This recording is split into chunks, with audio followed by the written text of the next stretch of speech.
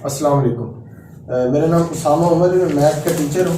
तो आज हमने करनी है 10वीं क्लास, जो 10th क्लास है इसकी 4.1। जो पहले दो वीडियोज़ है उसमें भी मैंने पहली वीडियो में समझाया था कि बेसिक्स पार्शियल फ्रैक्शन होती क्या, और सेकंड वीडियो में एक क्वेश्चन हमने सॉल्व किया था। तो आज मैं ज़रा एक नेक्स्ट क्वेश्चन सॉल्व करने लगा हूँ। तो वो है क्वेश्चन नंबर ये 3 है, 3x - 1 ओवर x² - 1। ठीक है, इसको हमने सॉल्व करना है।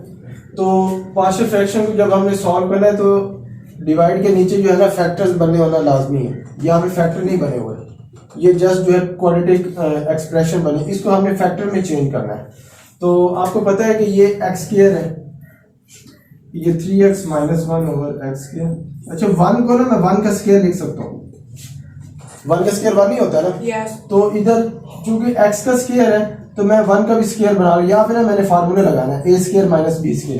तो आपको पता है कि a² - b² का फार्मूला होता है a + b और a - b, ये फार्मूला है। तो ये वही फार्मूला बन रहा है। ये फर्स्ट में है ना स्क्वायर के अंदर, इसको a का नाम दो, इसको b का। तो a की वैल्यू x है और b की वैल्यू 1 है। तो यहाँ पे a² - b² का फार्मूला लग रहा है। तो यहाँ पे आ जाएगा, उसकी राइट साइड है a + b, मतलब x + 1, क्योंकि आपको पता है a की वैल्यू x है, b की वैल्यू 1 है। तो x + 1 और साथ होगा x - 1, ये a + b और a - b। तो अब ये फैक्टर्स बन गए। अब ये बिल्कुल वैसा क्वेश्चन बन गया जो मैंने पिछली वीडियो में ये समझाया, लेकिन इसको भी मैं दोबारा समझाऊंगा। और उसके बाद जो नेक्स्ट क्वेश्चन है वो जस्ट आपको हिंट्स दूंगा, तो वो आप खुद सॉल्व कर लोगे। इसको आपने गौर से समझना है। इसको जब समझ लोगे तो नेक्स्ट वाले क्वेश्चन वो आप खुद ही कर लोगे, मुझे एक एक सवाल समझाने की फिर जरूरत नहीं होगी। तो सबसे पहले इसकी पार्शियल फ्रैक्शन करनी है, वो आपको पता है कि पार्शियल फ्रैक्शन कैसे करते हैं।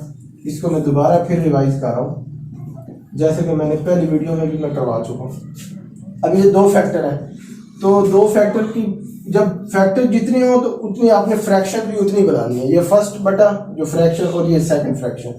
अब जो फर्स्ट फैक्टर है ये फर्स्ट फ्रैक्शन के नीचे, और जो सेकंड फैक्टर है ये सेकंड फ्रैक्शन के नीचे, यूं कर। अच्छा, अब यहाँ पे देखना है कि ऊपर अल्फाबेट्स लगाने, इधर एक अल्फाबेट a, इधर b। अच्छा, ये लगाने कैसे होते हैं? वेरिएबल के ऊपर जितनी पावर हो उतने अल्फाबेट्स आएंगे। इधर देखो, यहाँ पे x की पावर 1 है तो अल्फाबेट a की आया, इधर भी x की पावर 1 है, इधर भी a की आया। अगर इधर x की पावर 2 होगी तो फिर अल्फाबेट भी 2 आएंगे, वो आगे जो नेक्स्ट एक्सरसाइज उसमें है। तो इसमें जस्ट अभी 1 की है तो 1 के लिहाज से हम सॉल्व करेंगे। तो अब इसमें मैं एक बात और बताना चाहता हूँ। शॉर्ट क्वेश्चन में आपको कहेगा रिजॉल्व इनटू पार्शियल फ्रैक्शन, तो आपने सिर्फ इतना हल करना है, बस ये रिजॉल्व हो गया। ठीक है, शॉर्ट क्वेश्चन में जब एग्जाम में 2 नंबर का क्वेश्चन आता है। अगर वो लॉन्ग में आए तो ये रिजॉल्व है, आगे लिखा होगा सॉल्व इनटू पार्शियल फ्रैक्शन। तो इससे आगे जो अब हम कर रहे हैं वो लॉन्ग के लिए, मतलब वो क्वेश्चन किस में आएगा? लॉन्ग में आएगा। ठीक है, तो यहां तक शॉर्ट है, रिजॉल्व है, ये रिजॉल्व हो गया। अब उसके बाद सॉल्व, अब सोल्यूशन स्टार्ट हो रहा है, मतलब सॉल्व इनटू पार्शियल फ्रैक्शन। तो अब आपको पता है कि इसका एलसीएम लेंगे तो ये फैक्टर दोनों डिफरेंट है, तो एलसीएम में आपको पता है डिफरेंट हो तो दोनों फैक्टर नीचे आ जाते हैं। तो ये नीचे वाले से डिवाइड, ये सेम है, कैंसिल। ये एलसीएम है, ये एलसीएम सबसे मुश्किल पॉइंट जो बच्चों को समझ नहीं आती। तो अब आपने इसको जरा गौर से देखें, ये एलसीएम इजी है। नीचे वाले को नीचे वाले पे डिवाइड करना है, और ये सेम है, कैंसिल। ये बच गया x - 1, जो बचेगा ऊपर वाले से मल्टीप्लाई, तो ये हो जाएगा a × x - 1 प्लस। अब फिर ये नीचे वाले पे डिवाइड होना है, तो ये और ये सेम है, कैंसिल। तो ये बचा x + 1, ये ऊपर वाले से मल्टीप्लाई, तो ये हमारे पास आ गया b × x + 1। इसकी समझ आ गई आप बच्चों को? 3x - 1 ओवर x + 1 और x - 1। अब यहाँ पे देखो कि ये और ये सेम है दोनों, तो ये दोनों, ये इससे कैंसिल, ये इससे कैंसिल। अब ये कैंसिल हुआ कैसे? ये देखो ना, ये डिवाइड हो रहा है, इधर आगे इक्वल के लेफ्ट साइड में ये मल्टीप्लाई हो जाएंगे। तो बजाय कि इनको मैं इधर लाऊं और कैंसिल करूं, यहां से डायरेक्ट ही मैं कैंसिल कर दिया। ठीक है, अब इधर लेफ्ट साइड में बचा मेरे पास 3x - 1 = a × x - 1 plus b × x + 1। इसको आपने नाम दे देना है इक्वेशन नंबर 1 का। ये इक्वेशन नंबर 1 है। मेरा मकसद क्या है? मेरा मकसद ये है कि a और b की वैल्यूज फाइंड करना। ठीक है, अब आप ऐसे करो, ये फर्स्ट फैक्टर जो है, ये वाला फर्स्ट फैक्टर, ये फर्स्ट फैक्टर को 0 पुट करना है, वहां से x की वैल्यू आएगी, उस वैल्यू को इक्वेशन नंबर 1 में पुट करना है। अब ये देखो ना, फर्स्ट फैक्टर को पुट करो 0, put x plus 1 is equal to 0, तो यहां से वैल्यू x की आएगी -1। तो इस इक्वेशन नंबर 1 में जहां पे x है वहां पे वैल्यू पुट कर दें -1, तो 3 इंटू -1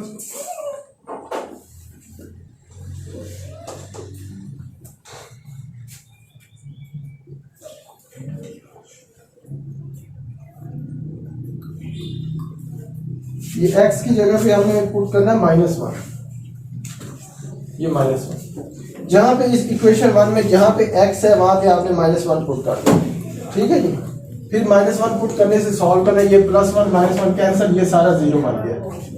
तो ये आएगा -3 -1 -1 ये 0 लिखने की जरूरत नहीं है। ये -4 is equal to a into -2, ये माइनस से माइनस कैंसिल, ये जो 2 है a के साथ मल्टीप्लाई हो रहा है, इधर आके डिवाइड हो जाएगा। 2 1 are 2 2 2 are 4, तो a की वैल्यू 2 आ गई मेरे को, ठीक है जी, ये a की वैल्यू आ गई।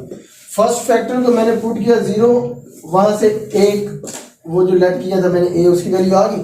अब सेकंड फैक्टर को मैंने पुट करना 0, तो ये b की वैल्यू आ जाएगी, ठीक है। तो अब मैं यहाँ पे पुट कर रहा हूँ सेकंड फैक्टर को, पुट x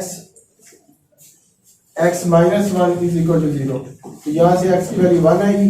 तो वही इक्वेशन नंबर 1 में, अच्छा पुट 0 ही करना है, ये फैक्टर को 0 पुट करना है, उसके अलावा कुछ नहीं पुट करना है, सिर्फ हमने x की वैल्यू निकालनी है, पुट आपने 0 ही करना है। अक्सर बच्चों के ज़हन में सवाल आता है 0 पुट करना है, ये कोई और 0 पुट करना है सिर्फ, ठीक है। अब ये सेकंड फैक्टर को 0, x की वैल्यू आ गई इस इक्वेशन नंबर 1 में। अब जहाँ पे x है वहां पे 1 पुट कर दें, ठीक है। तो जहाँ पे x है वहां पे 1 पुट कर दें, 3 into 1 -1 is equal to a into 1 -1 plus b into 1 plus 1, यूं करें। जहाँ जहाँ x है मैंने वहां पे 1 पुट कर दिया। अब इसको जरा सॉल्व करें, तो ये कैंसिल, ये सारा 0 हो गया। तो ये 3 -1 is equal to b into 2, तो ये भी आंसर 2 आएगा, 2b। मल्टीप्लाई में आगे पीछे लिख सकते हैं, ये 2 पहले लिख दिया, b बाद में, 2 2 से कैंसिल, तो b इज इक्वल टू 1 आ गया। ये 2 2 से कैंसिल, तो ये फिर 1 बच गया ना। तो अच्छा, इसमें आपको एक बात मैं और भी बता दूं कि अगर ये यूं हो ना 2 - 2, इसका आंसर 0 आता है। अगर 2 डिवाइडेड बाय 2 हो, इसका आंसर 1 आता है। तो ये 2 मल्टीप्लाई हो रहा है, इधर आकर डिवाइड होगा, तो 2 डिवाइडेड बाय 2 है, तो फिर 1 आएगा, ठीक है। तो अब आप देखो हमारे पास a और b की वैल्यूज आ गई हैं, तो इसमें इसके अंदर a और b की वैल्यूज हम पुट कर देते हैं, ठीक है। तो इसमें पुट कर दें, a की वैल्यू हमारे पास क्या आई है 2 डिवाइडेड बाय x प्लस 1, और b की वैल्यू हमारे पास 1 आई है, तो x -1। ये हमारा पार्शियल फ्रैक्शन। वो कह रहा था resolve into partial fraction. Partial का मतलब होता है अनकम्प्लीट, नामुकम्मल। तो इस कंप्लीट फ्रैक्शन को मैंने इसकी अनकम्प्लीट फ्रैक्शन में कन्वर्ट कर दिया। ये इसकी पार्शियल फ्रैक्शन है, ठीक है। ये कंप्लीट फ्रैक्शन है, ये नामुकम्मल अनकम्प्लीट है। ये पार्शियल फ्रैक्शन है किसकी, इस कंप्लीट फ्रैक्शन की। अच्छा, अक्सर बच्चों ने अब चेक करना है कि ये हमने आंसर सही निकाला कि नहीं। आप इसका एलसीएम निकालो, ठीक है, इसको सॉल्व करो। एलसीएम में ये दोनों डिफरेंट है, नीचे आएंगे। जैसे मैंने ये एलसीएम लिया, इसका एलसीएम लो, सॉल्व करो, जो इसका आंसर आएगा वो यही क्वेश्चन आएगा। ये आपने चेक कर लेना खुद, ठीक है। इसको सॉल्व करो, यही क्वेश्चन आएगा। जब इसका आंसर ये क्वेश्चन आ जाए, ये आप सवाल का हिस्सा नहीं, जैसा आपके कॉन्सेप्ट को क्लियर करने के लिए। तो अगर यही आंसर आ जाए तो इसका मतलब आपका आंसर है, ठीक है। अब जो नेक्स्ट क्वेश्चन है वो अब मैं सारे कंप्लीट सॉल्व नहीं करवाऊंगा, जस्ट आपको ना हिंट दूंगा कि उनको सॉल्व कैसे करना है। बाकी अगर ये क्वेश्चन आप गौर से समझ लोगे तो आपको कोई प्रॉब्लम नहीं आएगी। अच्छा जी, ये आगे क्वेश्चन है, क्वेश्चन नंबर 4। क्वेश्चन नंबर 4 है x -5 divided by x square plus 2x -3। इसको जरा गौर से देखें सवाल को। इसमें देखो फैक्टर ही नहीं बने हुए। हमारा मकसद ये है कि अगर फैक्टर बन जाए, ठीक है, फैक्टर के बाद आपको सॉल्व करना अब आ गया है, ठीक है। फर्स्ट फैक्टर को फर्स्ट फ्रैक्शन के नीचे, सेकंड को सेकंड के नीचे, उसको सॉल्व। अब मसला ये है कि यहाँ पे फैक्टर नहीं बने हुए। मैं अगर आपको फैक्टर बना के दिखा दूं, ठीक है, तो उसके बाद फिर आपको सॉल्व कर लोगे। ऐसे ही है ना। तो अब मैं इसकी तरफ फैक्टर बनाने हैं, सॉल्व फिर आपको खुद कर लोगे। अब यहाँ पे ये इक्वेशन देखो जी, ये वाली x square plus 2x minus 3, ये है जी इक्वेशन। आपको पता है ये क्वाड्रेटिक एक्सप्रेशन है, तो इसके फैक्टर बनाने थे। क्वाड्रेटिक एक्सप्रेशन के फैक्टर्स कैसे बनाते हैं जी? अब ये जो दरमियान वाला नंबर है इसको आपने नहीं लिखना, बाकी सबको वैसे को वैसे लिखना, 2 + 1 यूं कर। अब ये फैक्टर्स बनाने का मैं मेथड बता रहा हूँ, इसको जरा गौर से सुन लेना। ये माइनस हो, माइनस का मतलब होता है कम करना, हमने उल्ट करना है, उसको बढ़ाना है। और प्लस का मतलब होता है इंक्रीज करना, लेकिन हमने उल्ट करना, डिक्रीज करना। अगर माइनस हो तो फिर बढ़ाना है, प्लस हो तो कम करना है। अब ये माइनस है तो इस नंबर को एक्स के साथ मेरे को बढ़ाओ, ये 3 4 5। अच्छा इस साइन को देखना है, इसको नहीं देखना, राइट साइड वाले साइन को। माइनस है तो बढ़ाओ 3 4 5 6, बढ़ाना है कि इसको एक्स के साथ पर। यहां से स्टार्ट किया तो ये 1 2 3 4, तो ये देखो हमने कोई से 2 नंबर ऐसे ढूंढने हैं जिनको मल्टीप्लाई करें तो ये 3 आए, उनको सॉल्व करें तो ये 2 आए। अब वो नंबर्स कैसे आएंगे? आपने ऐसे करना है कि ये जो माइनस हो तो x के साथ वाले को बढ़ाना है, तो ये x के साथ 2 है तो इसको बढ़ाना है, इसको शामिल नहीं करना। इसका एक नंबर बढ़ा, ये 3 4 5 6, स्टार्ट मैंने यहाँ से किया था 1 2 3 4 लिख देना। इसको देखो, इसको इससे मल्टीप्लाई तो आ रहा है 3, ठीक है, तो ये हमारे पास पे आएगा। फर्स्ट क्या है 3 है, यहाँ पे लिख दो 3, सेकंड 1 है और साथ x है। अब यहाँ पे जरा खुद सोचो कि कौन सा साइन लगाऊं कि सॉल्व करने से 2x आए, माइनस, ठीक है ना। अगर मैं यहाँ पे माइनस लगाऊं तो 3x - 1 आंसर क्या आता है 2x। तो अब ये मेरे पास कितने पार्ट्स बन गए 1 2 3 4, तो पहला पेयर बना दो, सेकंड पेयर। फर्स्ट पेयर में से क्या चीज कॉमन आ रही है? x कॉमन आ रहा है, तो यहाँ पे आ जाएगा x + 3। Second pair minus common आ रहा है तो आएगा x + 3। अब देखो ना बाहर माइनस है तो अंदर वाला साइन चेंज हो जाएगा ना। अब ये 2 पार्ट्स हैं, 2 पार्ट्स, तो यहां से क्या चीज कॉमन आएगी x + 3। ये देखो ना x + 3 इधर भी है इधर भी है, कॉमन आ गया, बाकी रह गया मेरे पास x - 1। तो ये फैक्टर बन गए। तो आपने इस इक्वेशन में x - 5, इस इक्वेशन में ये फैक्टर्स पुट कर दो इस सवाल में, x + 3 और x - 1। यही मसला था कि इसको फैक्टर कैसे बनाए, फैक्टर बन गए। फिर उसके बाद इसको रिजॉल्व कर दें, x - 5 ओवर x + 3 x - 1। तो आपको पता है, इस बात को पता है ना कि जितने फैक्टर्स हो उतने फ्रैक्शन लगाने। फर्स्ट फैक्टर फर्स्ट फ्रैक्शन के नीचे और सेकंड फैक्टर सेकंड फ्रैक्शन के नीचे। अब इसकी पावर 1 है, इसकी भी 1 है, इधर भी ऊपर एक अल्फाबेट, इधर भी एक अल्फाबेट। तो ऐसे आपने पहले आपने इसकी फैक्टराइजेशन कर लेनी, फिर फैक्टर जो है वो नीचे बना के तो फिर आपने इसको सॉल्व कर लेना है। तो ये आपका सेकंड क्वेश्चन हो गया, ठीक है। तो बिल्कुल ऐसे ही अब आपने बाकी जो है वो सॉल्व कर लेना।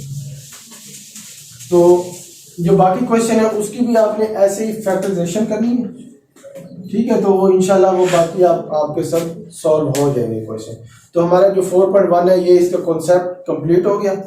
तो 4.1 एक्सरसाइज का हमारा कॉन्सेप्ट जो है वो मुकम्मल हो गया। तो अब आप इसका फैक्टर बना के तो आप खुद सॉल्व कर सकते हो, ठीक है। तो हमारी सेकंड जो वीडियो आएगी वो आएगी अब हमारी 4.2 के ऊपर। तो इसकी कोई डेफिनेशन भी है, प्रॉपर इम्प्रॉपर, तो वो भी मैं समझाऊंगा साथ साथ। वो जैसे सवाल करते जाएंगे साथ साथ डेफिनेशन जब आएगी तो वो भी मैं समझा दूंगा, ठीक है। तो इंशाल्लाह नेक्स्ट हमारी वीडियो आएगी 4.2 पे। तो शुक्रिया, अल्लाह हाफिज़।